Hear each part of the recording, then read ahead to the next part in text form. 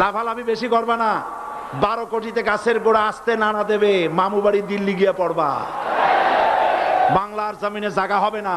যারা ইসলামের কথা বলে তারাই রাজাকার, তারাই মৌলবাদী।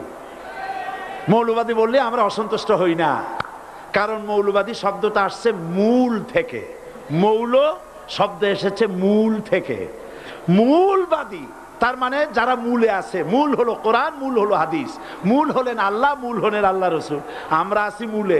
এখন বলেন তো মূলের শক্তি বেশি না আগার শক্তি বেশি? আমাদের যারা মৌলবাদী বলে ওরা হলো আগাবাদী। মূলে আছে কত কোটি? 12 কোটি। মূলে আছে কত কোটি?